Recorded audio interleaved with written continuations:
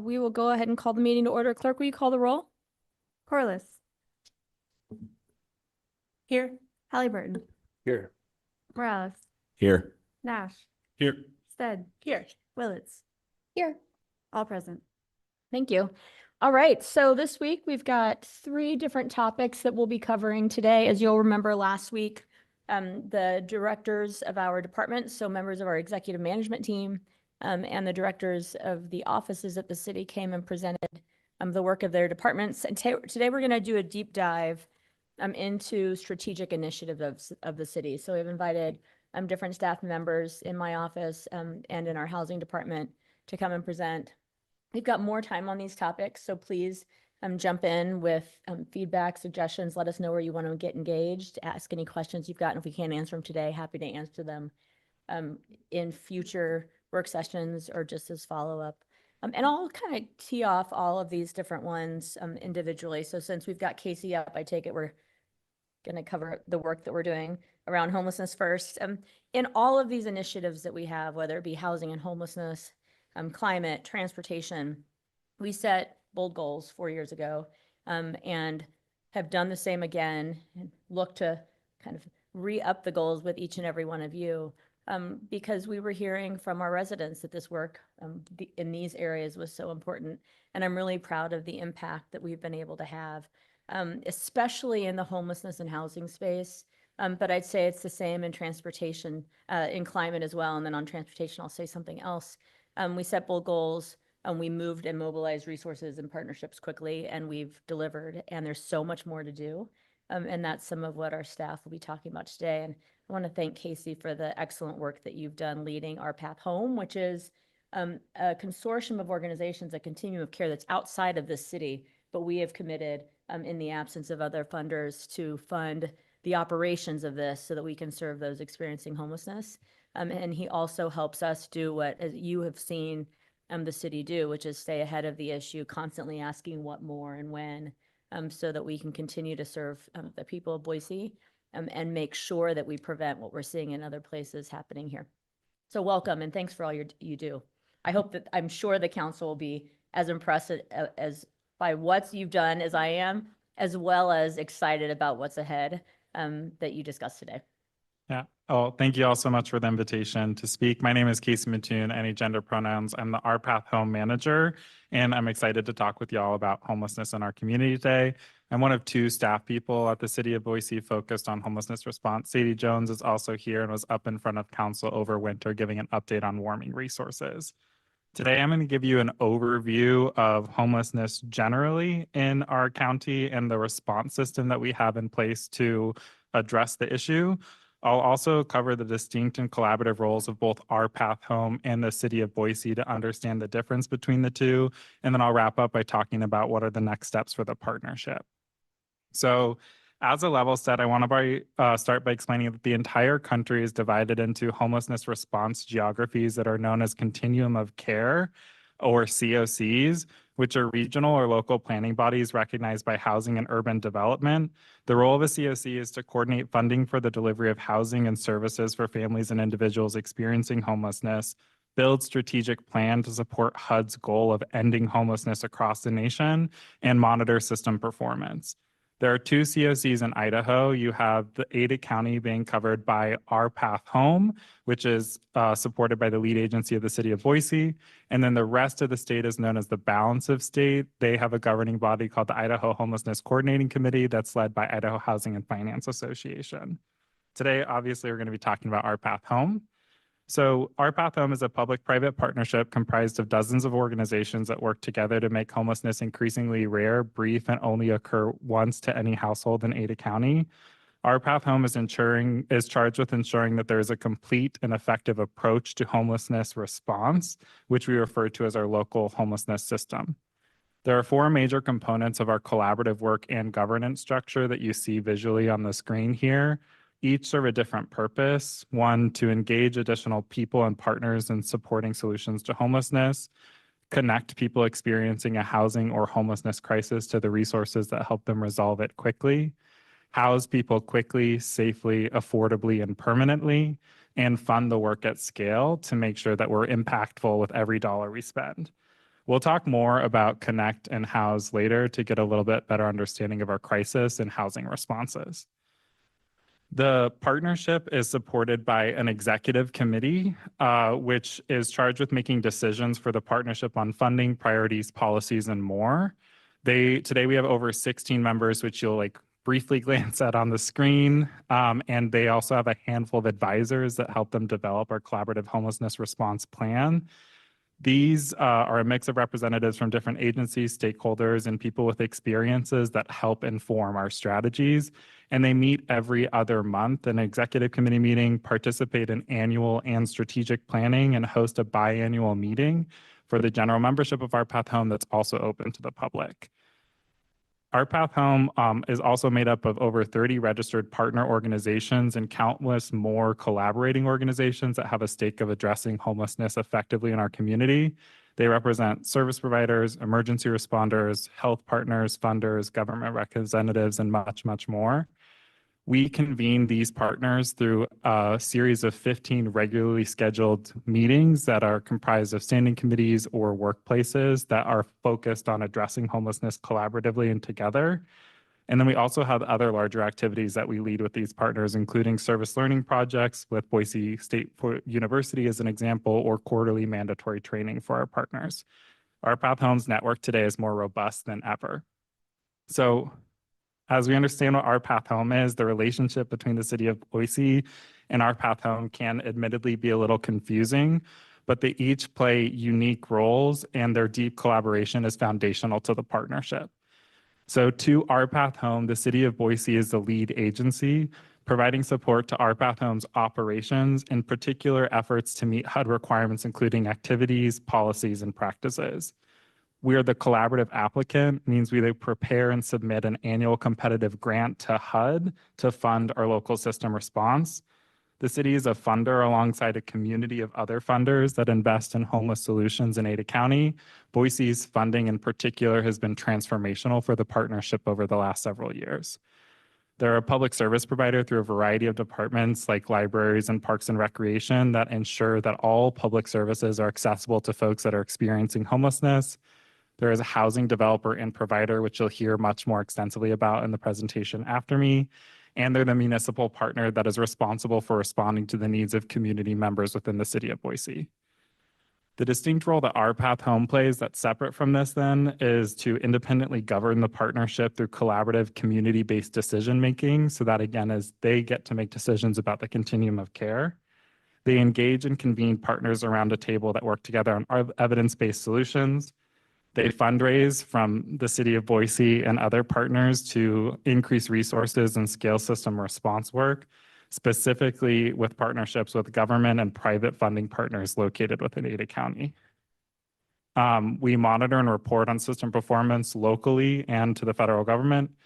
They lead planning efforts, including the development of annual and strategic plans that use our local data to identify gaps and address improved outcomes. And then we cover an entire geography of Ada County. So this partnership's geography is for the entire county, not just within the city of Boise. So I mentioned in particular that the city of Boise has been a transformational funder. The city funds system response work through various sources, including disbursement of federal dollars and an allocation of general fund dollars. Additionally, the city of Boise applies for new funding opportunities when they become available and align with Our Path Home's needs and priorities. Listed here are some of those funding resources that we use to address homelessness solutions. And then on the right-hand side represents everywhere that the city of Boise has invested in fiscal year 2024 in different interventions. It is a very broad mix of strategies and interventions that we're investing in. And I want to be clear that in each one of those things, there's additional need that's not met by current funding to meet the need in our community today. So that's part of Our Path Home's role, is continuing to understand where we can fill those additional gaps. I can provide more in-depth funding information if it's interesting to you at a later date. And I just want to highlight that of all of the interventions on the right-hand side of the screen, the city of Boise's majority of money is going towards housing solutions specifically. So now that you kind of understand some of the funding parameters, I just quickly want to talk about what our two responses are as a system. So our crisis response system, which we refer to as Connect generally, covers all interventions available to folks experiencing housing crisis or homelessness crisis. The goal is that all of these responses become increasingly housing focused and trauma informed. Prevent, up in the left-hand corner, is any strategy that keeps folks out of homeless response system generally. Those focuses for Our Path Home are really trying to target those folks who are most likely to experience homelessness if they are not served by a prevention strategy, particularly folks that are coming out of publicly funded institutions and into homelessness. Shelter then provides daytime and overnight space to people experiencing homelessness. They all differ in who can access them based on a variety of factors of how the shelter is operated, and they can provide an additional array of resources depending on what the shelter operator wants to provide. Outreach is a full staff team that forges relationships with folks that are otherwise disconnected from the homelessness services, particularly focusing on folks that are unsheltered and have really high service needs. And then they try to increase their utilization of services that help those households or individuals meet their needs. And then coordinated entry here is really the single door of entry for any person in our community that's experiencing literal homelessness that actively reaches out to Our Path Home or encounters Our Path Home staff to put together a housing strategy. Coordinated entry is in charge with ensuring that those with the highest level of service need are served first and prioritized for housing response services. They start their engagement with clients with a housing assessment that helps us determine a household's vulnerability and prioritize that among the thousands of folks who are waiting on the list.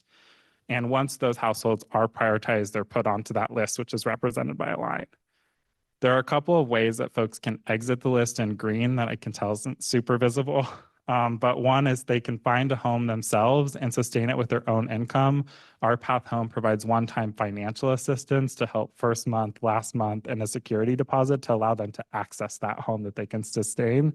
It's called rapid response. Households can also exit by self-resolving, meaning that they were able to put together a housing plan and access it themselves. Or they go inactive, which means that if we haven't heard or had contact with them for a period of 360 days, they're removed from the prioritization list. Once a household makes it to the top of the list, meaning that they're the top 10 of the entire list, that household is prioritized for housing services. So once they're prioritized, they have to still complete enrollment with a housing program. And then once they are approved, they receive a variety of services depending on the type of program. So there are two major programs.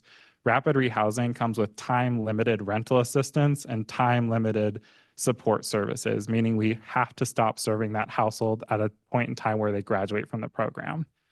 Permanent supportive housing is indefinite rental assistance and indefinite support services. So those supports will remain with that individual as long as they're housed. Both programs provide housing navigation. Finding truly affordable, accessible homes has been challenging for many members in our community. In the wake of our housing crisis, increasing renting pricing and our cost of living, it's been really difficult for any of our community members to find housing recently, and that's before considering the immense barriers that are faced by individuals experiencing homelessness trying to re-access a home for the first time in what might be years. Supportive housing programs then all have housing navigation that helps these households navigate an incredibly tight market to secure a home for themselves. And there are three models through which they can do that. Single site is any building that has a majority or all of the building dedicated for folks needing supportive housing. An example of this pictured there is New Path Community Housing, where all folks are exiting homelessness. Scattered site is anybody that's looking for a unit on the open market. So this is Our Path Home clients that are competing with teachers, policemen, students to find a unit that is on the open market. And then integrated units are where any portion of a building is dedicated specifically for folks exiting homelessness. An example of this would be Thomas Logan downtown, which has 3 units that are dedicated to our homelessness system response. So now that you understand the responses, we just kind of want to set the stage for what we're responding to within our community. This graph shows the total number of individuals that have been accessing our crisis response services over the past 5 years. This is our best real-time data to identify how many people are experiencing literal homelessness within our geography.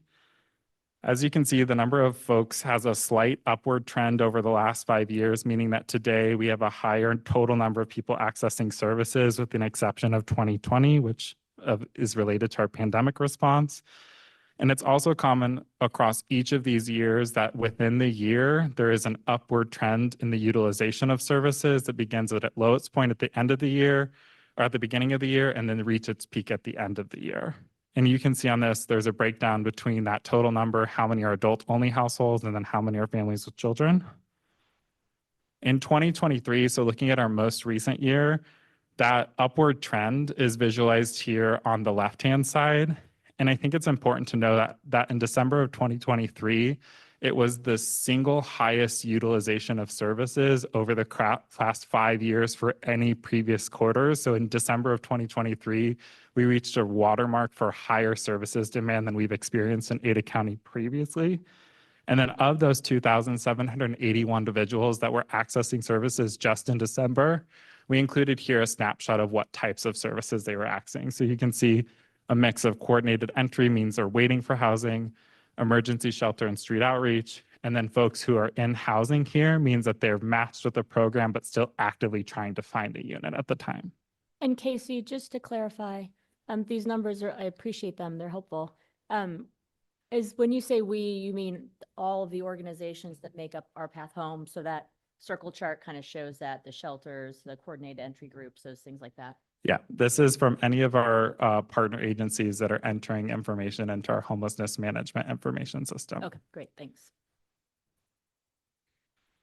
So next, this is kind of that wait list slide. So same type of information, looking back over that same 5-year period, how many of our individuals that were experiencing homelessness were waiting for housing during that or signed up for housing during that period.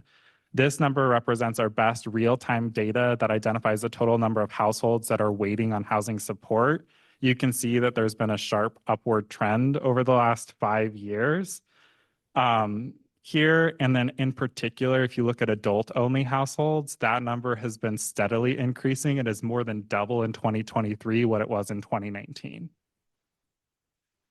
Finally, on data, at the end of 2023, same snapshot of that, for those folks that are waiting on housing, we had 1,465 households, and we put folks on the wait list in households because that's how they get housed, is together. So we had 1,465 households. A couple of notes here. In the year, we added 842 households to the queue, and we only exited 400 households from the queue. So we doubled the amount of people entering as exiting. 1,210 of those households were on the queue for the entire period, which means that over 82% of people experiencing homelessness on this list have been experiencing homelessness for at least 1 full year. And, sorry, not as emotional. And 77% report having a disabling condition, which just is illustrative of the type of support service severity needs that that household might have. That's further illustrated by the graph on the right, which shows which program of what we provide they're eligible and waiting for. You can see the supermajority are waiting for permanent supportive housing, followed by rapid rehousing, followed by waiting for mainstream resources. So final slide here, what's next up for the partnership? We have a tough road ahead of us with severe shortages in affordable housing, rents rising faster than wages, and a pandemic that worsened health outcomes for everyone. We're really struggling with keeping morale moving forward, but we're only able to do so because of the strength of the partnership and the courage of our funders and supporters who've really helped us create a response system that's more effective today than it's ever been before. And with the increasing number of literal households experiencing literal homelessness, it requires a scaled housing-focused response so that we can meet the growing demand in our community. With that said, the outcomes that we're focusing are on decreasing the time spent experiencing homelessness for any household, increasing exits to permanent housing situations, both leveraging mainstream resources and our supportive housing programs, and preventing returns to homelessness for families and individuals that have exited homeless previously. And then listed here are a couple of our partnership priorities. So there's a lot of work that we do together, but what we're trying to focus on in this next year is grow the number of partners that are involved, specifically advocates with lived experience and organizations that are providing culturally appropriate services. adding housing problem solving across the continuum of care to make sure that every conversation is geared towards housing, implement cross-agency prevention strategies for individuals that are exiting publicly institution like our carceral system or health system, strengthening our housing provider relationships to gain access to more deeply affordable housing, and increase total system funding, particularly from local and state government funders who are on a scale of deeply engaged to not engaged at all. So with that, that's kind of homelessness 101. Are there any questions? Thank you, Casey, for that great presentation. I wanted to know if Our Path Home and these partner organizations, if you're engaged in any capital campaigns and what the status of those are. Yes. So our Path Home itself moves together for system initiatives. So we've had 2 system initiatives previously. The first is a campaign to end family homelessness, which is an initiative that's focused on getting to functional zero, meaning that the number of households or families experiencing homelessness in a month is the same number that we can house in that month. That was a capital campaign effort that we sought to raise $8.6 million for a 5-year period of the program. We're still implementing funding through the executive committee, making decisions about where that gets funded and tracking progress on it. The second priority or funding that we're doing currently is for a supportive housing investment fund, which is paired with our permanent supportive housing plan. It's really the third part of permanent supportive housing where we've taken care of capital, meaning the building gets built. We have operational, which means rent gets paid so the building can sustain itself. And we're addressing one of the larger problems in our community, which is how do we fund those support services to make sure that people stay housed once they are housed in permanent supportive housing.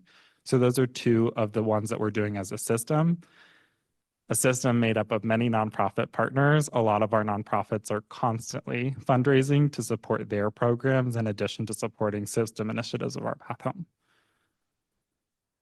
How much have you raised? Sorry? What's the status of the campaign? How much have you raised? Yeah, so and I forgot, Madam Mayor, Councilmember Nash, the campaign, without accounting for the city's contribution, the capital campaign raised $3.6 million from 29 additional funders.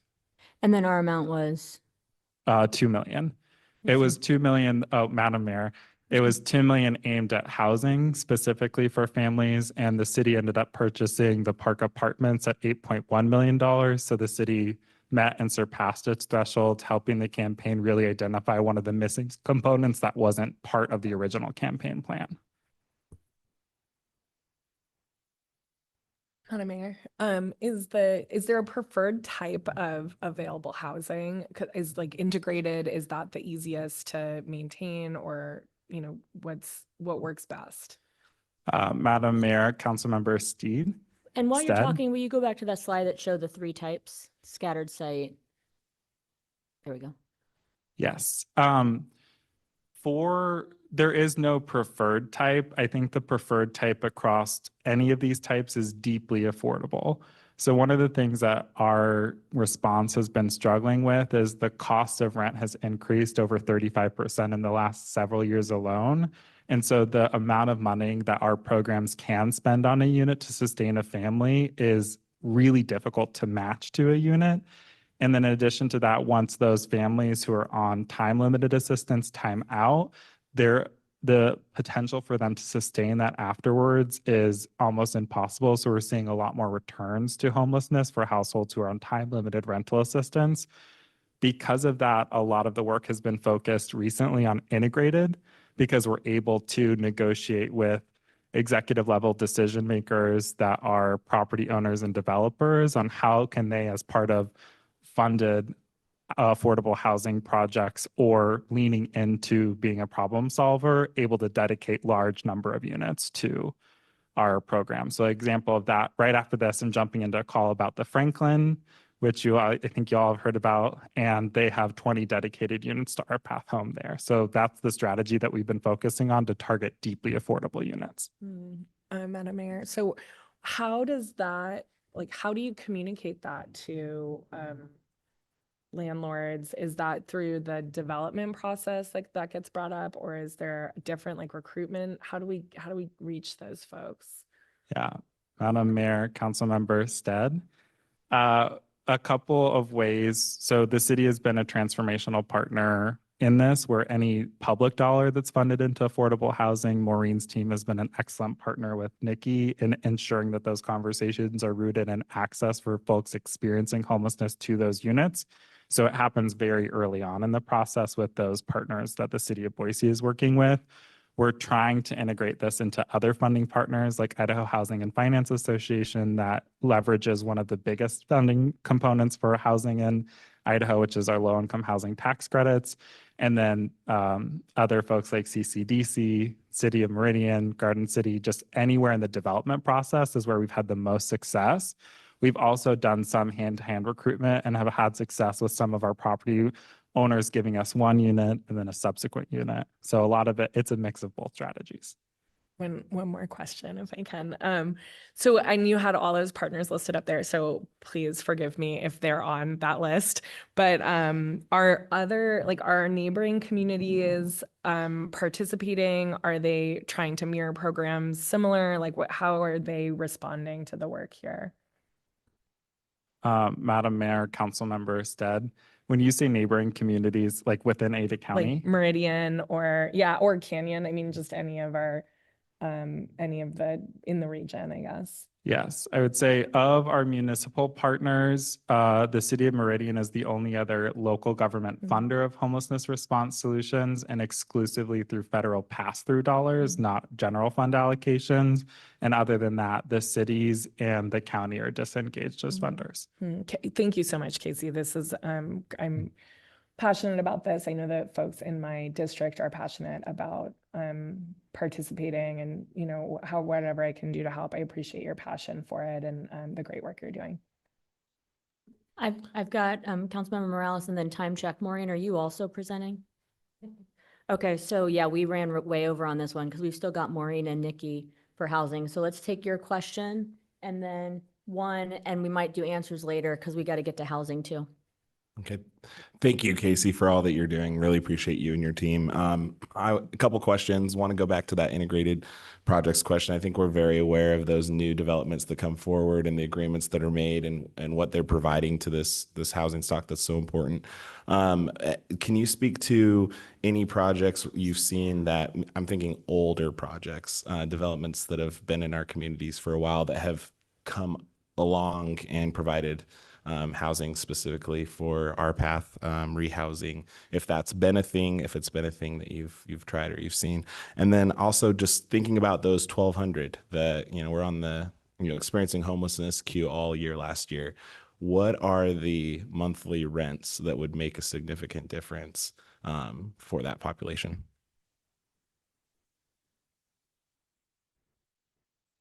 Thank you for that question. I think we're going to get back and not answer. Okay. Hi, Casey. Thank you so much for the presentation.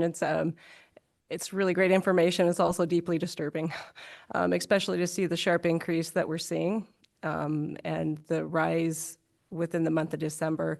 Do we have information on, I think the adults versus the family, we're taking that sharper incline in the number of what specifically is causing that to happen? I mean, I know rising rents and wages not keeping up and these general things, but what's those trigger points that actually pulls them into homelessness would be good to know. Yeah. And I really appreciate all the work you and your team are doing. Thank you so much. Thank you very much. I'll pass it to them. We'll get back. All right, so we've got Nikki and then Maureen after. Oh, great. Okay.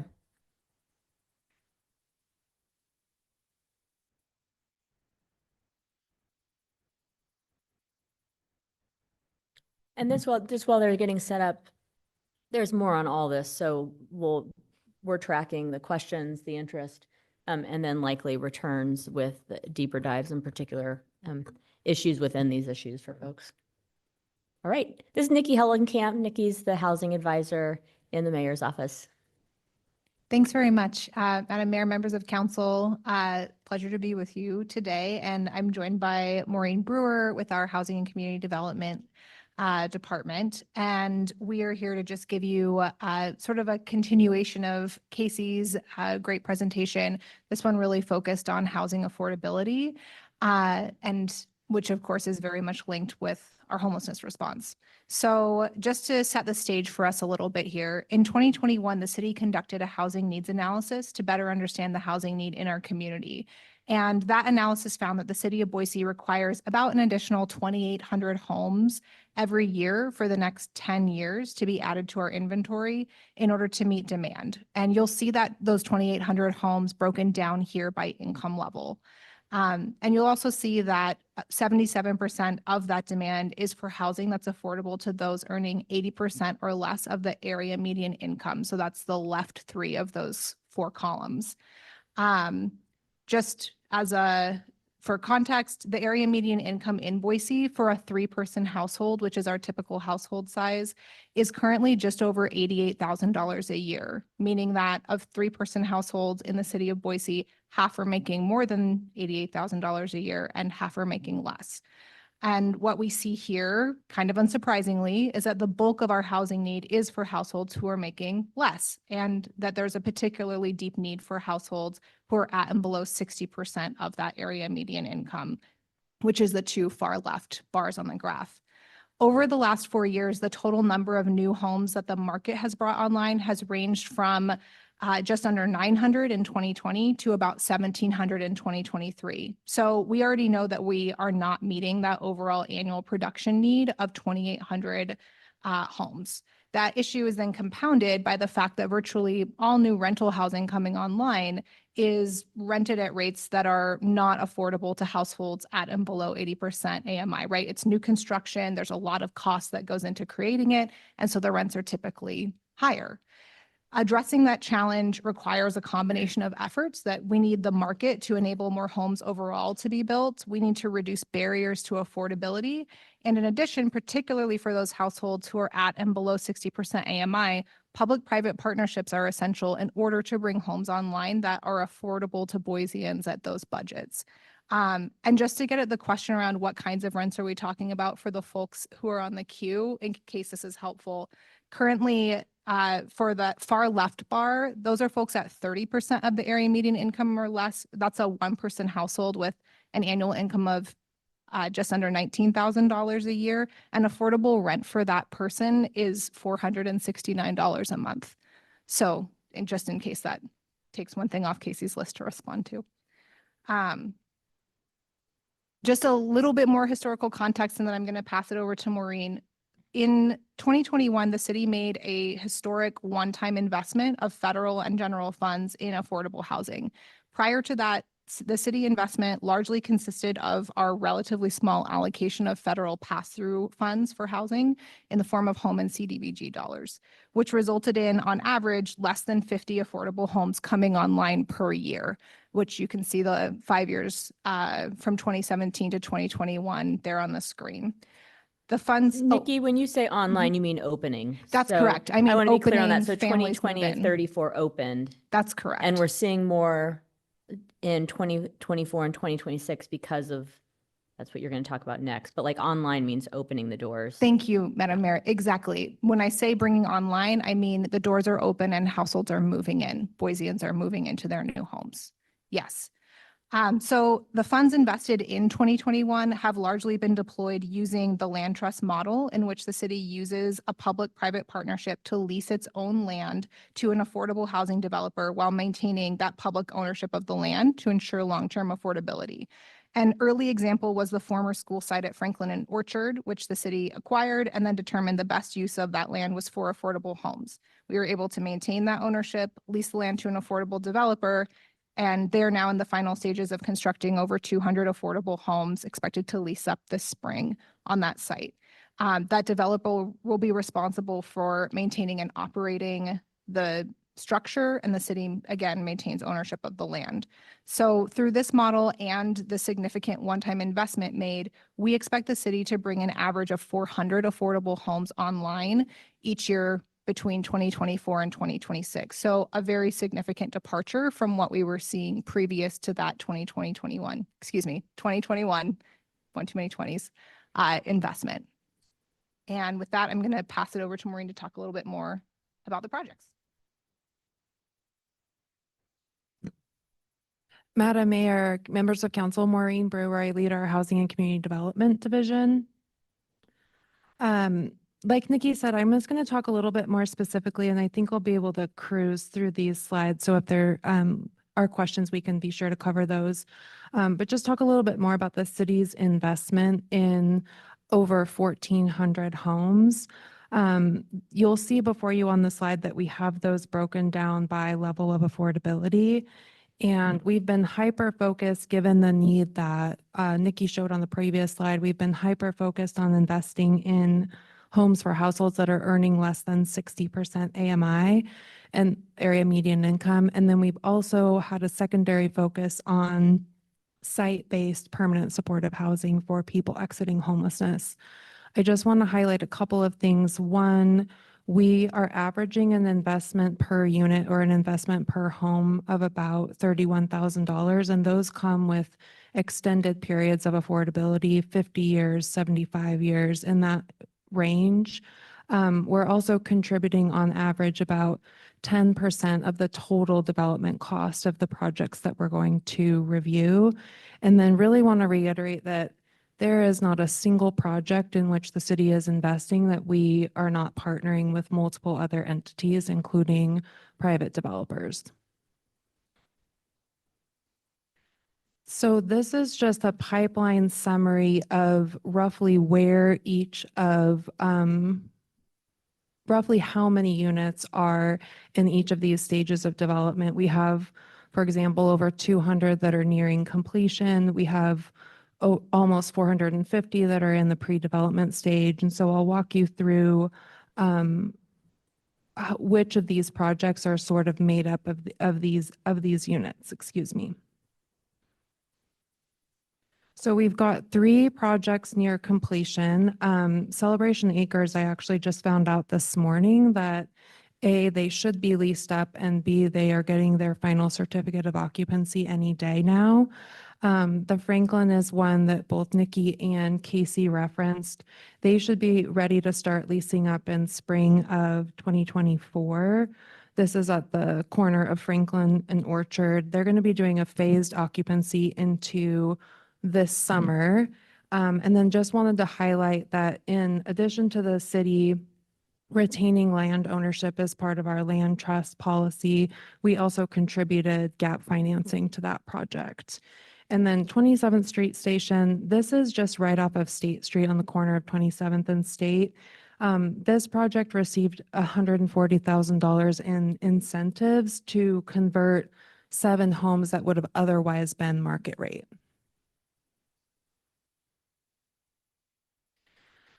We've got over 300 affordable homes currently under construction. State and Arthur neighbors, Taft Elementary School. This is another site where the city provided gap financing, but we also are retaining ownership of the land. Denton is nearly 200 affordable homes near St. Al's. City provided 6.7 million in gap financing to this project. And then the Workland subdivision and Coal Bluff Cottages are a home ownership product that is offered at 80% AMI, and both of those are about halfway through to completion. And then last year, the city both acquired the Park Apartments from Boise State University. We're in a lease back with them right now, and so we'll take full possession July 1st.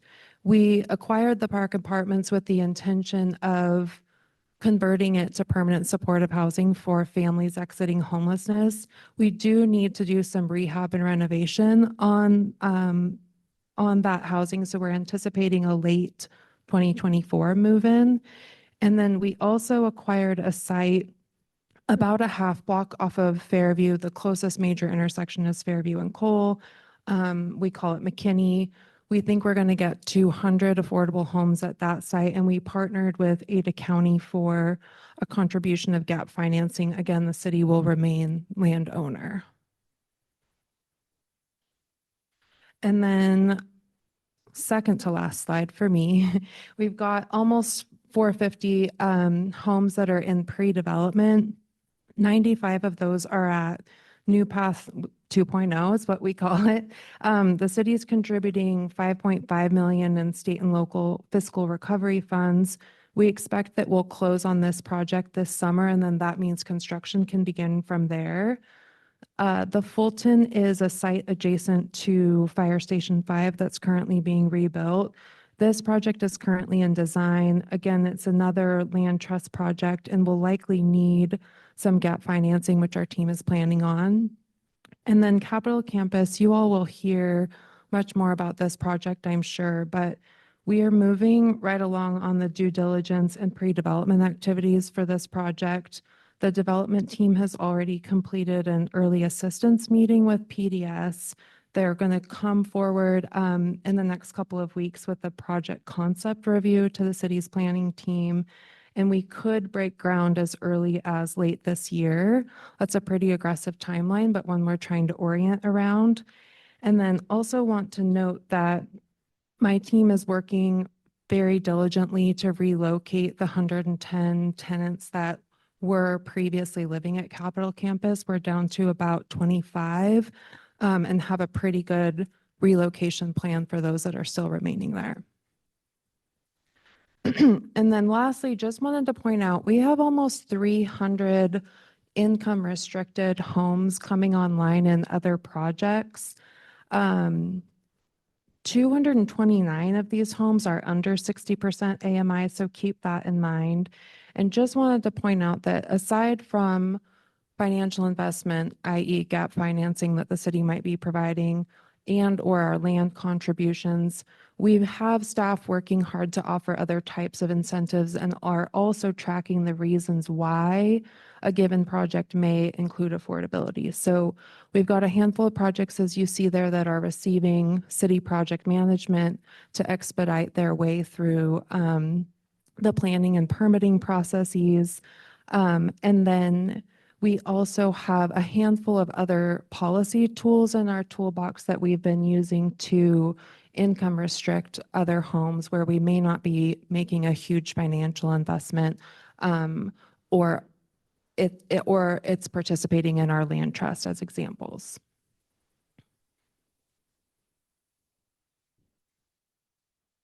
I didn't realize this is animated. I'm going to press there we go. Just in the interest of time, I'm not going to read the slide to you. I think we just want to make sure to share with you all that in addition to the city's role with our land trust model and providing gap financing, we've been exploring a number of policy tools to address housing affordability and access, which are listed here and which I'm happy to answer any questions you might have about.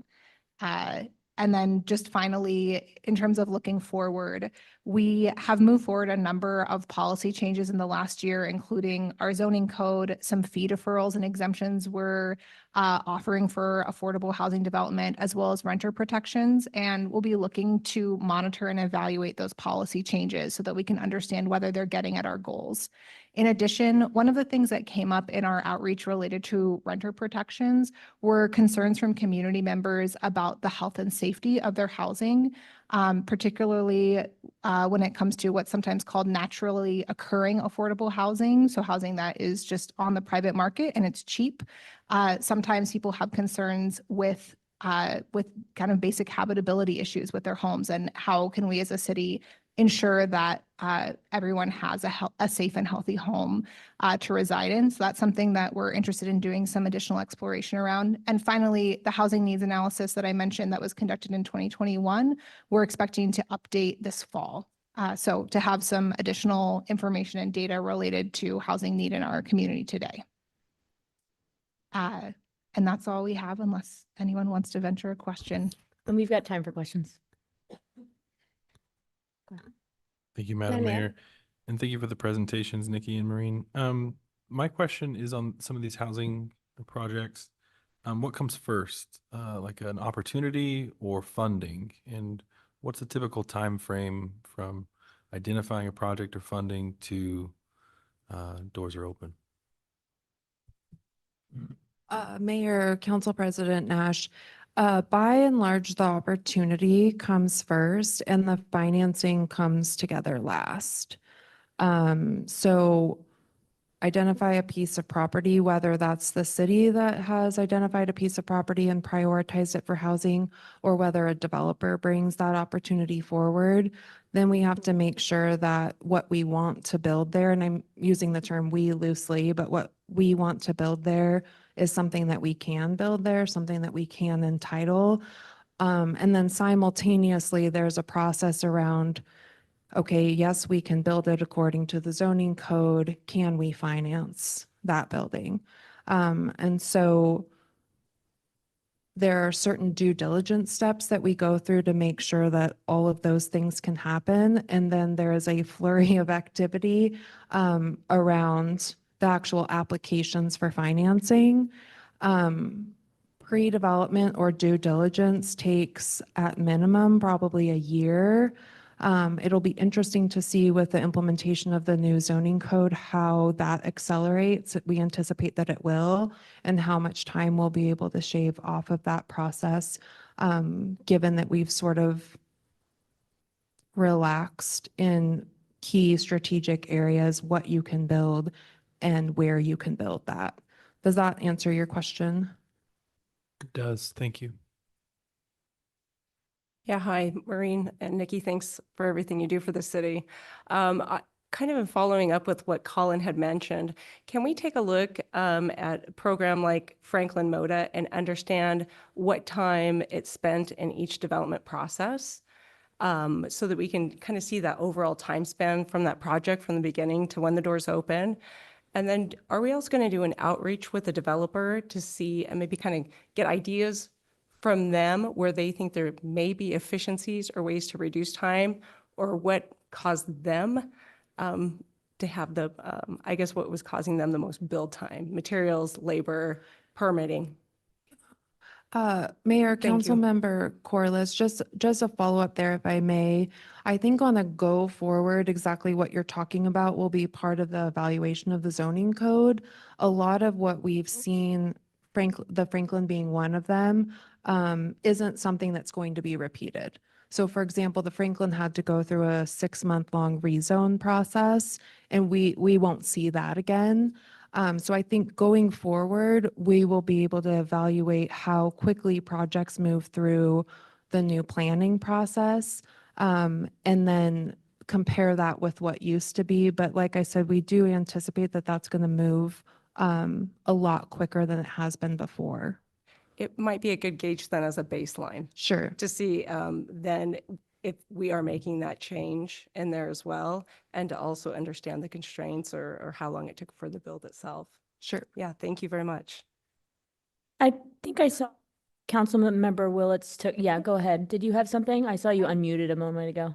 Yeah, thank you, Madam Mayor. Maureen, thank you. Nikki, thank you so much. I had a question concerning the preservation of affordable housing.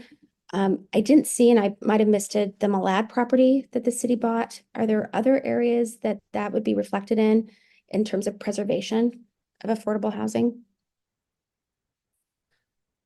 Madam Mayor, Councilmember Willett, so the Malad property that the city bought is included in the 83 units that were preserved at 80% AMI and below that you see on this slide.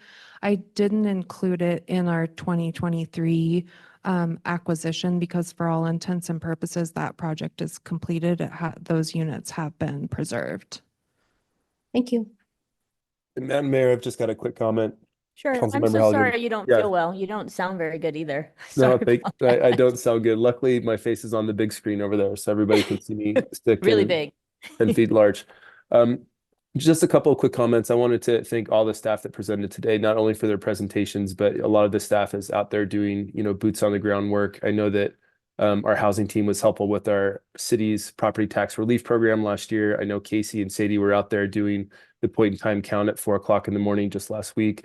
I did have a follow-up for Casey or a request. One of the questions or one of the bullet points he had at the end was a need for more partnerships. And I know that, some of those partnerships are cities, some of those partnerships are counties that's working together to do those things. If there's a list of specific types of partnerships that are out there, that would be super helpful. I think for me to know and potentially for other council members to know to see what we can do to help with some of those partnerships. So if they could follow up on that, that would be wonderful. And again, just thank you for all the hard work. Will do, council member. Thank you. Do you have something? Yeah, I just one last question. So 285 homes coming online, that's excellent. What can we do? I'm sure you have all brainstormed ways to continue to encourage that kind of availability and would love to, I guess, know if there's more that we can do or that I could help to support to continue that effort. And I'd say that is, yes, there's lots. It's a longer conversation that'll also factor into the budget discussion, strategic work that we do around housing. But appreciate it and we'll bring back more of that. Councilmember Morales? No? Okay. Back over here. Madam Mayor, just a comment kind of in that same vein. I think this council, although we weren't involved in a lot of the decisions that led to a lot of this development, we're going to be at a lot of ribbon cuttings for these. And we need to just understand that the reason that these are coming online now is because of great leadership and decisions that were made 1, 2, 3, and 4 years ago about funding, strategic priorities. I'd like to keep my foot on the gas pedal, and I would just have you take that under consideration as you meet this week and come up with council strategic priorities. I think it's pretty clear where the mayor's at on this, and I just want to express that sentiment. Councilmember Corliss. Oh, I thought you said you had something. Nope. Okay. Okay. Madam Mayor, is Yes. it okay if I just add something quickly? Yes. To transition us? Yeah. Okay. I just really wanted to note how pleased we are to be able to go from this discussion on housing into the one about transportation that you're about to enjoy. But wait. Since you're kicking Bree off, Yes. I want to just say something just to wrap us up. And I said a little Okay. bit at the beginning, but I thought that Casey did such a great in-depth overview of the work that a consortium of folks are doing from a service provision perspective. And Maureen and Nikki have demonstrated, that we set goals. We knew that they were reaches. We wanted to be bold and acknowledge the need and get as close to it as we could. And I appreciate the council president's point that we got to keep our foot on the gas if we want to keep at this.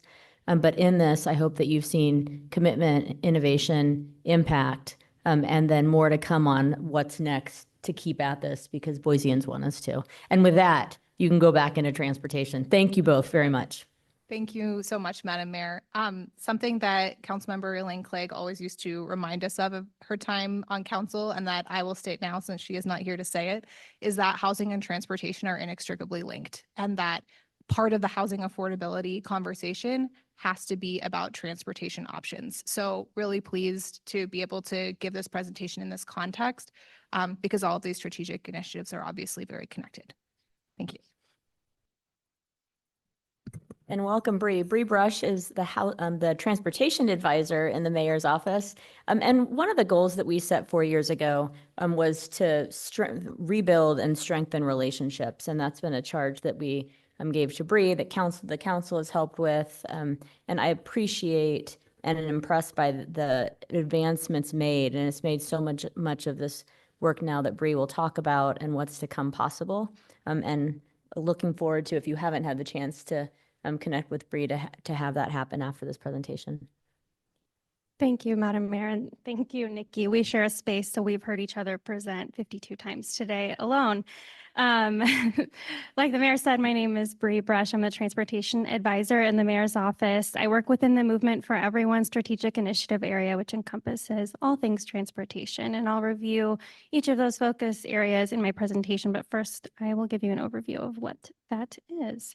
The goal of the strategic initiative is to make it easier for residents to bus, bike, and walk, connecting them to opportunities wherever they exist. And we do that by prioritizing safe streets, creating a network of pathways in our city, and investing in public transit.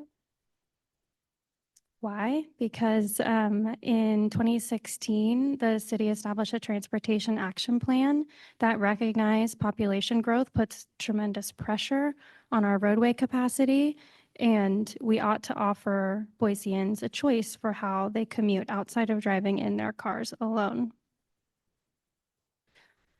To design that system that's true transportation choice, a choice has to be safe, convenient, and reliable, or it is not worth it to make the switch over to a different mode of transportation. So to design that system, we have 4 main focus areas that we work within: walking and biking, public transit, roads and safe streets, and of course, passenger rail. Because we have limited authority in these areas, we really rely on close partnership with our transportation agencies to move these priorities forward. On the screen here is the glossary of alphabet soup, that is transportation. I'll just briefly talk about what each of these are before I talk about the priorities a little bit more. First, the Community Planning Association of Southwest Idaho. It's our metropolitan planning organization, so they're responsible for the planning and distribution of federal dollars for transportation within Canyon and Ada County. We have the Ada County Highway District, our roadway authority, responsible for anything that occurs within the right-of-way, which is generally the area from sidewalk to sidewalk. Valley Regional Transit, our bus agency, which operates 18 bus routes in the city of Boise. And finally, our state transportation department, ITD, who is responsible for highways in Boise, such as Front, Myrtle, and Broadway. And another way housing and transportation link is really through some of these partners, because some of these, such as Ada County Highway District, will levy their own fees for development for multifamily homes, single-family homes, things like that. And the goal over these last 3 years, like the mayor said, has been to improve these relationships so we can really collaborate on our shared priorities. I'll highlight some of the key accomplishments within each of these focus areas and talk about some of the next steps for each. First, walking and biking, most significantly in the past 3 years, was the adoption of the Pathways Master Plan. I won't go into that too much because in a couple weeks, you'll hear directly from the Pathways team. But it's a plan to build 112 miles of safe pathways throughout Boise so residents can travel throughout the city without having to rely on a vehicle. Up until 6 months ago, the city had 3 e-scooter providers, primarily serving the downtown area. Consolidating that to one single provider, Lime, has allowed us to have a system that serves more than just downtown. And we're really excited about some of the trends we're seeing. We can see some interesting ridership habits on the bench in our neighborhood activity centers, people accessing areas outside of downtown with e-scooters or e-bikes. Finally, on this slide, collaboration with ACHD. As I mentioned earlier, relationship with our transportation agencies are critical. Just as we have a zoning code that guides building in Boise, ACHD has a policy manual that describes how streets and sidewalks ought to be built. Last year, ACHD did a fairly significant review of that manual, and we were able to provide input on how those policies could be changed to represent our land use goals and address any challenges we've had in the past. This results in improvements to the policies that will benefit Boiseans and how they move around our community. I've listed a couple of those here, but one just illustrative example that you'll probably see at a later time through development is related to access management, and that is the control of the relationship between buildings and the streets through driveways, alleyways, parking lot access, and things like that. ACHD will have a policy on that, and then our zoning code will also have a policy on that. So it's important that we can work on those things together. Next, public transit. One of the ways we relieve the pressure population puts on our roads is by investing in public transit to take some of those trips off of the roads. Over the last 3 years, we've honed in on our investments to what we call our premium corridors, Vista, Fairview, and State Street. Those are job-dense corridors where we have 15-minute service and our highest ridership. And you'll hear from VRT in a couple weeks too, the same evening as Pathways. But one other flag here on this is the build out of our State Street Transit Corridor. This corridor has been planned in coordination for almost 20 years with Eagle, Garden City, ACHD, and ITD, because it's expected to be one of the highest traffic volume streets in the county.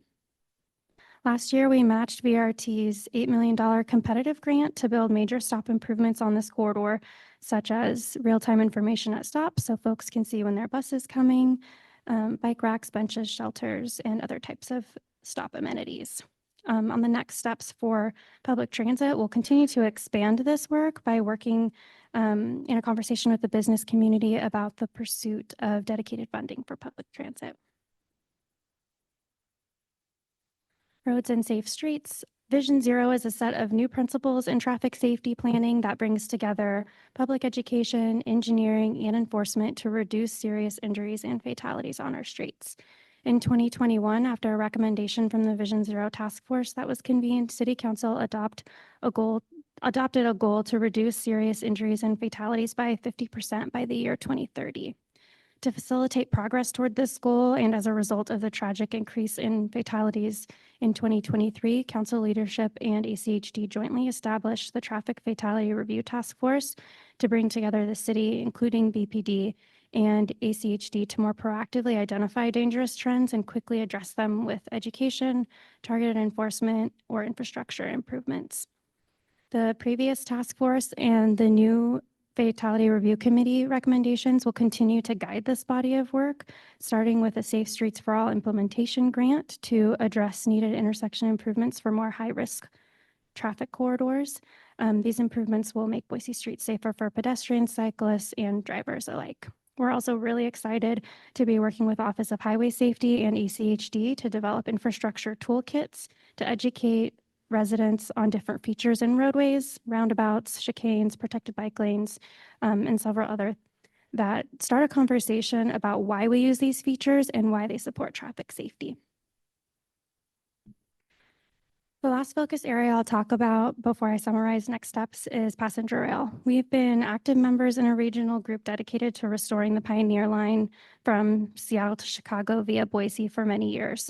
And last summer, we hosted all of the states involved in that group here, bringing more than 150 rail experts and advocates to Boise to strategize on the return of service to this greater region. One of the major opportunities for building new partnerships we had that started in earnest in 2022 was the coalition built to restore service specifically between Boise and Salt Lake City. Here you can see all of the different cities on that corridor and a brief summary of the engagement we did to build support for this study. The next step in the process to restore the specific service from Boise to Salt Lake.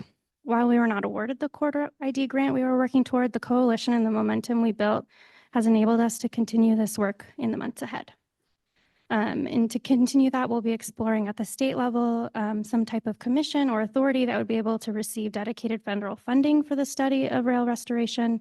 And we'll also identify funding for a future service development plan that outlines the costs and benefits of returning future service to this area. Looking forward, here are some of the things that I mentioned earlier. And the efforts that I talked about today have really helped us build that strong foundation with our transportation partners so that we're able to do this work and make progress in designing a safe transportation system for everyone. I'll stand for any questions. Thank you, Bree. I do have one question. Hi, Bree. Thank you so much for the work that you're doing. In Southwest Boise, I know we're challenged with a lot of older subdivisions, and the roads are pretty busy. The Maple Grove, Cole, Victory roads. I'm wondering, are we prioritizing areas around public schools? And then two other comments, a couple other issues, I don't know if they are on a radar at all, is I've noticed lately with road construction in the area, a lot of construction signs are placed on the sidewalks. I know they're not supposed to, but I don't know what we can do to maybe get that information out. Also, another issues with the sidewalks is very large mailboxes. And if there's something the city can do or what we can do to put that as a project, because it does impede those biking and walking to school. Thank you. Madam Mayor, Councilmember Corliss, speaking maybe first to the school point. There are two ways we really prioritize connections to schools. One is through the Pathways Plan. Connections into schools or near schools or parks prioritize higher. So those projects will bubble up to the surface faster than one that doesn't connect to schools. And similarly, when ACHD does their integrated 5-year work plan, if we put forward street or roadway or connectivity to schools, that also surfaces higher. So it always rises to the top in terms of priority. I don't really have an answer to the mailbox question, but another thought that happens similarly is when trash is placed in a bike lane, trash cans impeding the bike lane for kids biking to school. So it's just always something to be thinking about when we see applications and when we're seeing where those features are. Thank you very much. Yeah, I don't know if there's anything we can do about these established homes, Yeah. but yeah, thank you. Councilmember Halliburton. Oh, I actually didn't raise my hand. Oh, you just suddenly got really large on the screen. I think Okay. somebody else went off the screen. I didn't raise my hand. Okay, Um, sorry. I will say, just looking at all the things that have gone on there, I just want to give my hats off both to you, Madam Mayor, and to Bree. It's a lot of stuff that you've all been working on with transportation, considering we don't have our own transportation department at the city. So it's really pretty impressive. And I think I would highlight the growth and the relationships that we've built with our partnering agencies as one of the most important ones. And I know that's taken a whole lot of work. I would be interested, now might not be the right time, but Bree, if you did have any input, if our switch to one provider for the e-scooters has if it's been effective, and kind of how we're engaging in those conversations going forward. And if we don't have time for that now, we can check in later.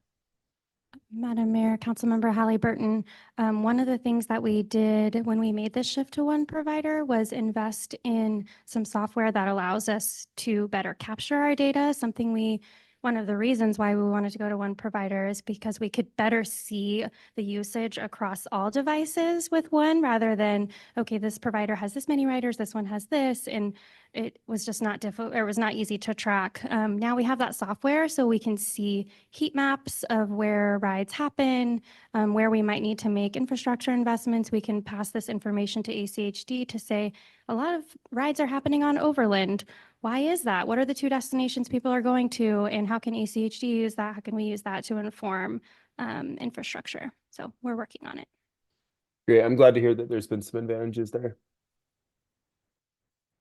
Madam Mayor, I just wanted to thank Nikki for the transition point, because transportation does play such a huge role in housing. I think about, if you're working downtown, there are a lot of good jobs, but if you are paying for parking downtown, that's another $100, $200 a month that you should be tacking onto your rent, right? Because you're going to be paying for parking. So I appreciate that our departments are thinking about that, and our staff. And speaking of other departments, I just really encouraged by things like seeing new developments on Overland where they're building in bus infrastructure, shelters. I think shelters are so key, and so really want to continue to encourage our interdepartment efforts to make sure that we're building that infrastructure for the future. Yeah, I've stood outside in the rain waiting for a bus, and it makes a huge difference, right? So I want to thank you for all the work that you're doing on that.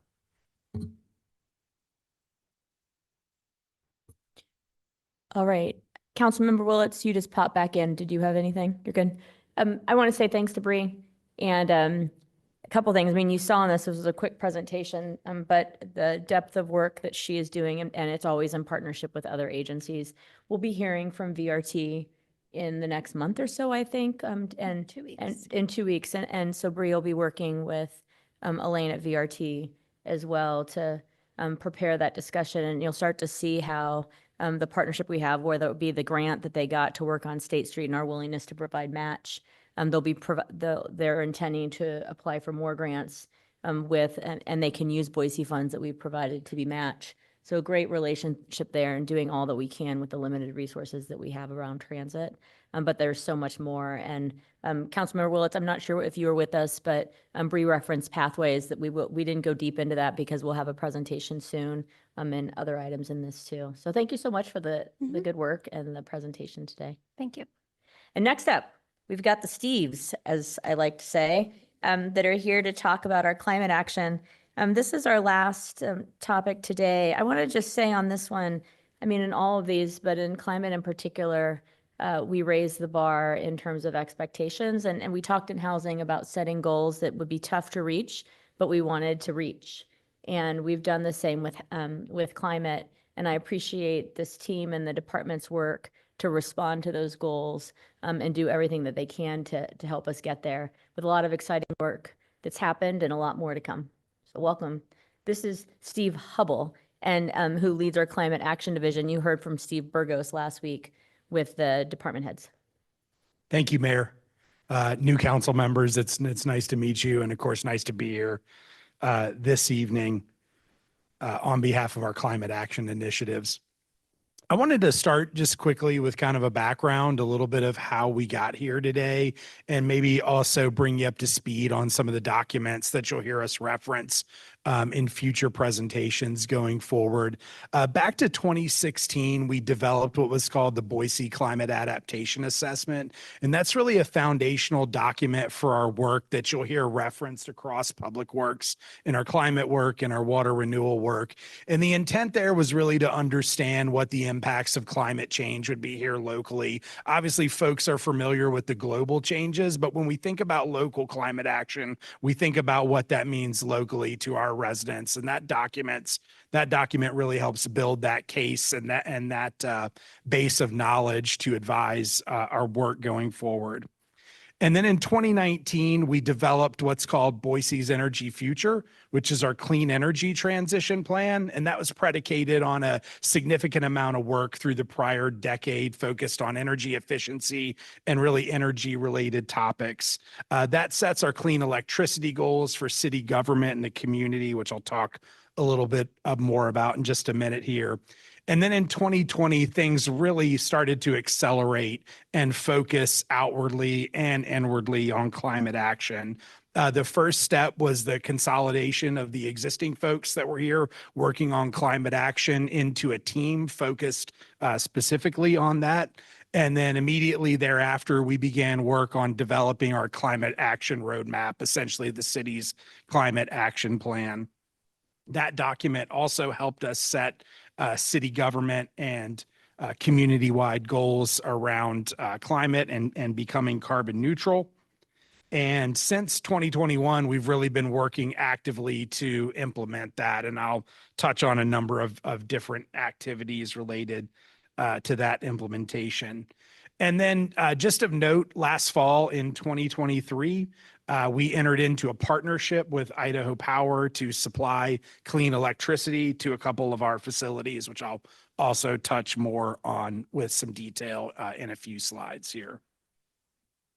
And then just wanted to flash an image of both the Boise's Energy Future Plan and the Climate Action Roadmap. Again, just signifying the presence of these documents as foundational to our work, outlining the city's goals and then the actions that help us move forward towards them. The goals are shown here on this slide. They are bifurcated between those focused on city government, essentially our internal operations, and then those that are focused external to the community, essentially the whole of Boise. So we've got 100% clean electricity for city government in 2030, carbon neutral for city government at 2035. And these goals essentially cascade into each other. We can't get to carbon neutral without having clean electricity. And then you see the same path forward for the community, 2035 for 100% clean electricity, 2050 for carbon neutral. And just want to focus on the partnership with Idaho Power, particularly for the clean electricity goals. They're a big part of that. And they, as a utility, have done historically a good job providing lower carbon resources. So we're starting in a pretty good spot compared to other parts of the country. And then the slide here shows the 7 priorities that we've identified in the climate action roadmap.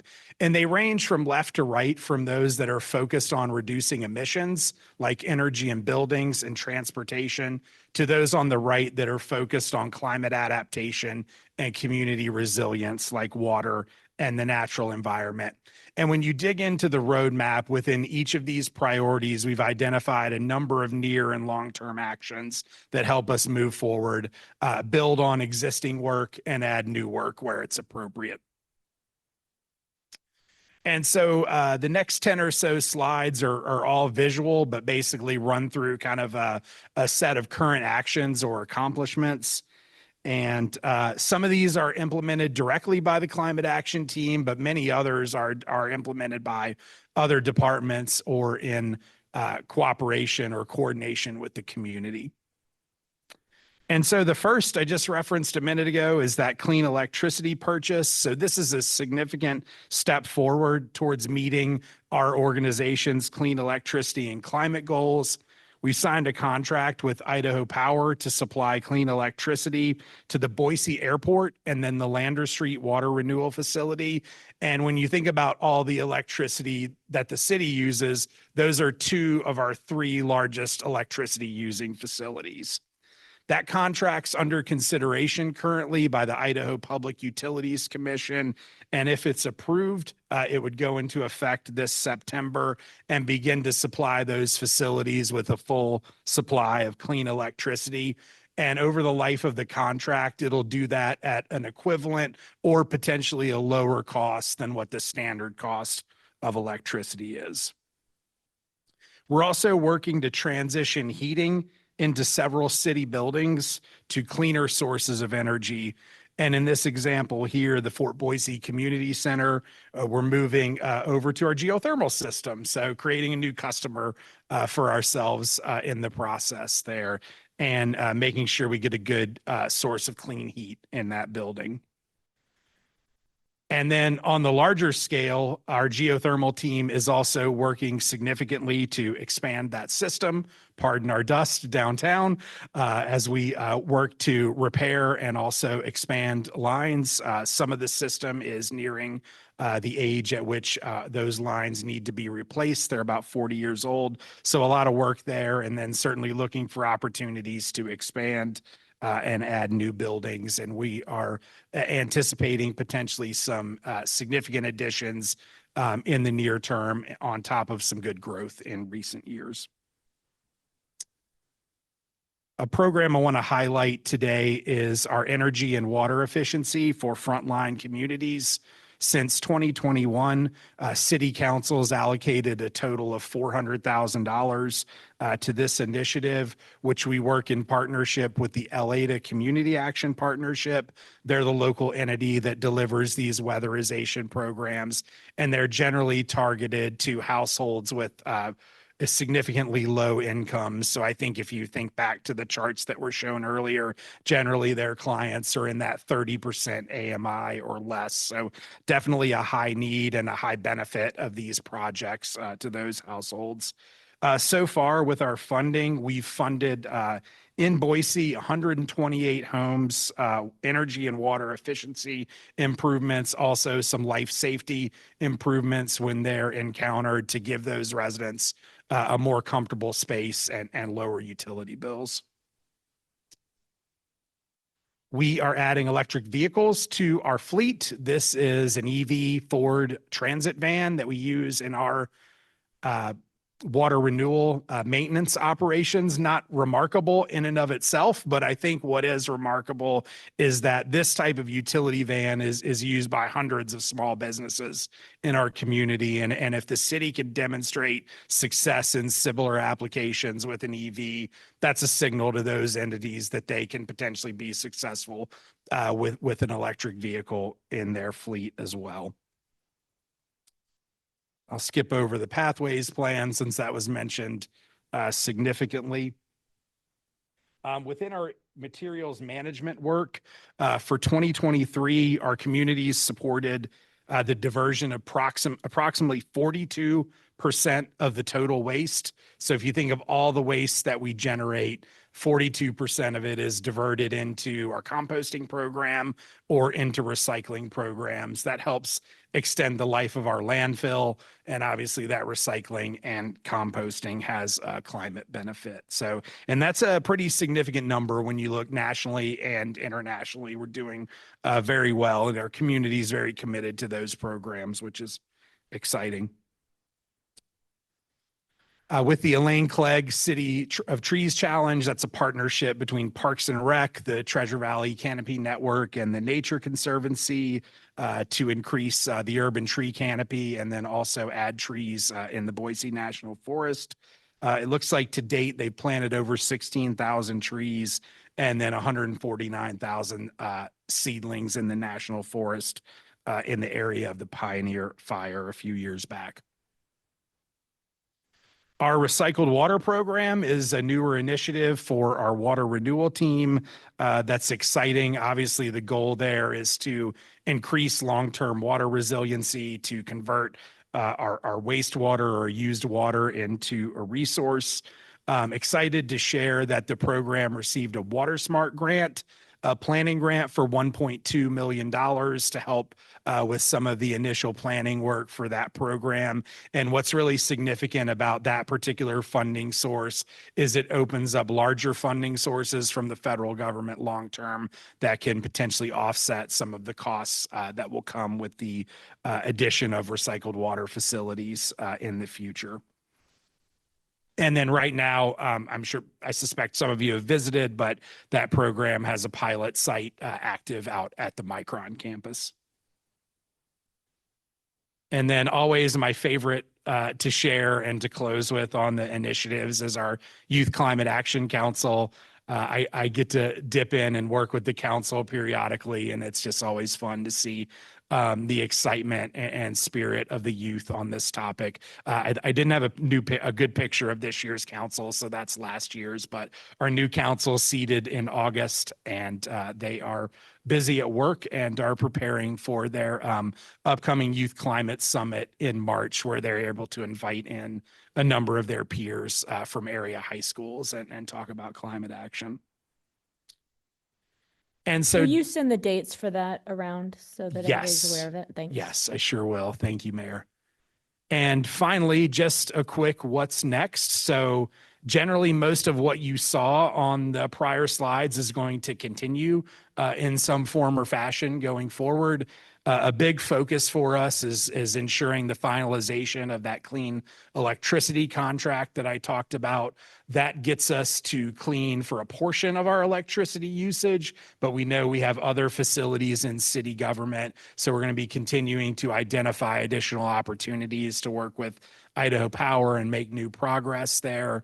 Geothermal system expansion, we have committed buildings and then some potential connections as well over the course of the next 2 to 3 years that are pretty significant. In addition, our water renewal team is going to be moving forward on some aquatic habitat restoration projects.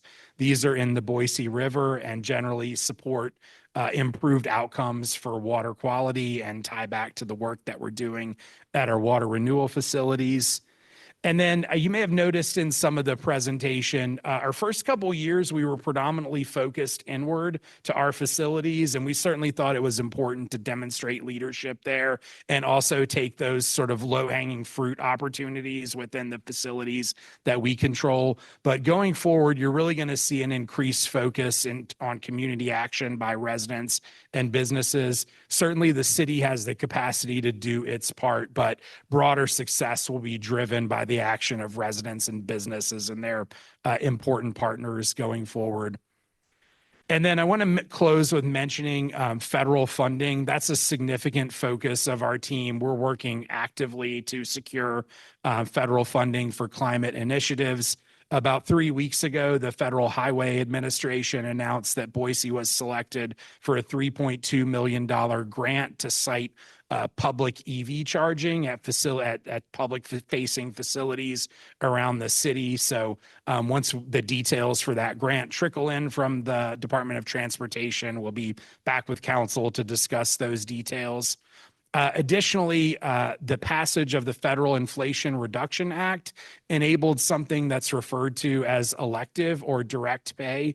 And what that does is that opens up the availability of certain tax credits to entities like local governments and nonprofits that don't traditionally file a tax return with the IRS. So that allows us to recoup some costs for some projects that have been invested in already. A good example of that is the electric vehicles that we've added our fleet. So what will happen is we'll look each year at what eligible projects have been implemented in the prior year, and we'll work to file the necessary documentation and essentially get a tax refund to support those eligible projects. And then there's numerous other grant opportunities, which I won't go into today, but we're tracking many of those, and we'll certainly report back as we have progress there.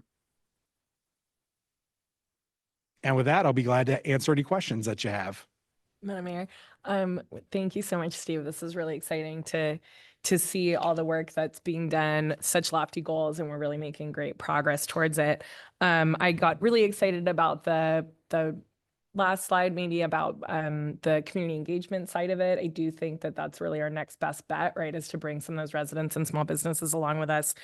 So would be really interested in learning how I can support that. And one of the ideas that I had earlier and talked to a couple, I think internally talked to some folks about, was doing like a, climate symposium or something like that, where we are, what are the benefits of a heat pump or a tankless water heater or, solar, or all the things that residents and small businesses can be doing. I mean, how to get access to that EV van that, and have them in their own fleets, things like that. I think that would be really well received, and would love to see what I can do to just support that effort in connecting with residents. Great. Madam Mayor, Councilmember Stead, appreciate that. I think that aligns well with some of our thoughts internally, and Cool. we'll definitely follow up when the time's right. Thank you. Madam Mayor, just kind of a comment. I think we have some opportunities for looking at how we can reduce urban heat island effect with our design review. And I really don't want to miss that opportunity. So I hope that your office has some involvement in design standards review for our building code. So yeah. Madam Mayor, Council President Nash, thank you. Just for reference, our staff did participate pretty significantly in the development of the modern zoning ordinance and tried to integrate climate-related requirements where appropriate. And then if you're interested, out on the city website, there is an urban heat assessment that was completed a few years ago, and we're currently applying to look for some funding to potentially update that so we can see if there's any point in time changes. One other question, Madam Mayor. Mhm. I'm wondering if there are any opportunities for federal funding with some of the recent federal legislation, if the city of Boise could be a beneficiary to any of that. I know there was a lot of climate dollars, I think in the Infrastructure and Jobs Act, but wanted to know if there's any opportunities you see coming down the pipeline with that. Madam Mayor, Council President Nash, definitely the elective pay is one of those Inflation Reduction Act programs that we're looking at. The Federal Highway Administration grant that I mentioned was an IIJA or infrastructure bill program. I didn't mention it, but I believe the City of Trees or some partnership received a grant in the second half of last year for tree planting. So we're certainly dabbling in that as much as we can, trying to find the right fits for the funding sources that go with the right projects. And we'll continue to be active and hopefully successful there. And I'll jump in there too, because there's quite a bit more. I'm glad you brought up the trees. That was, we were planning on applying ourselves and then instead supported a regional effort through the Treasure Valley Tree Canopy, $1 million. There's quite a bit more funding that's come in, and one of the, I would say, one of the priorities that we have moving forward is more aggressively searching for funds, because we're doing the good work that these bills anticipated, and we're doing the good work in ways that a lot of cities aren't. And we want to do everything we can to find the funds that match with the work, that mirrors the impact of the work of getting the funds with the impact of the program, recognizing that it's all one checkbook. So if there's something that can be funded with grants, that frees up resources to do something that won't. It is a priority, and I've asked staff to do a review of all the work we're doing in different departments, and an overview with federal grant opportunities that might exist, and we'll start to prioritize those. All right. Oh, sorry. Go Just ahead. one quick Yeah, comment. we've Thank got you very much for all the information. It is really wonderful to see the work that the city has been doing and continues to do. Lofty goals or not, we're making good progress towards them. So thank you. Thank you.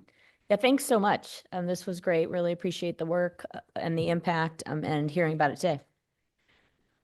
All right, so now we are moving into an executive session. If I have a motion and a vote. Madam Mayor, I move to enter into executive session pursuant to Idaho Code Section 74-206-1AF to discuss personnel and pending litigation. Second. We have a motion, a second. Clerk, will you call the roll? Halliburton, Yes. Morales, Yes. Nash, Yes. Stead, Yes. Willetts, Yes. Corliss, Who was Yes. that? Corliss. Corliss. Yes. All in favor, motion carries. All right, we'll be back at 6.